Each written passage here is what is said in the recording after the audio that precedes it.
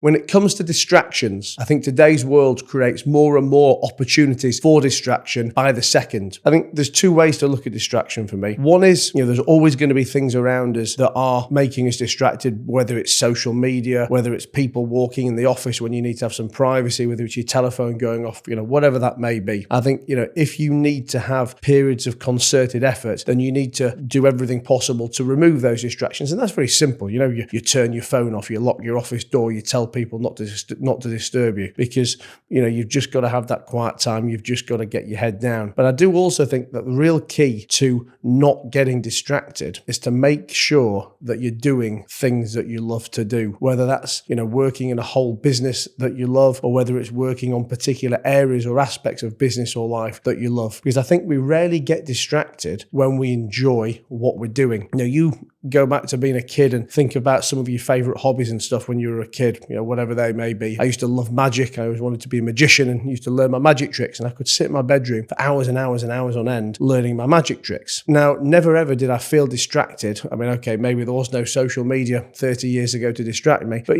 we always have distractions around us. But because I loved what I was doing, I was never really pulled away from it, and I could always keep my head down and concentrate on it. But then it comes to schoolwork, revising, reading a book or something that I wasn't interested in. Well, I mean, I could find my own distractions for that, because you just don't want to be doing it, do you? You know what it's like. You're sat there, your parents tell you to go to your bedroom and to revise, and you just don't do anything. And not only are inbound distractions coming for you, you're just going out trying to find outbound distractions. You're trying to get anything possible to take your time away from doing the task, because you don't want to be doing the task. So I think ultimately, other than the obvious things of keeping distractions away from you, the key is to make sure you're doing things that you love. Because if you're always concentrating on something that you love, then you're never going to let distractions get in your way.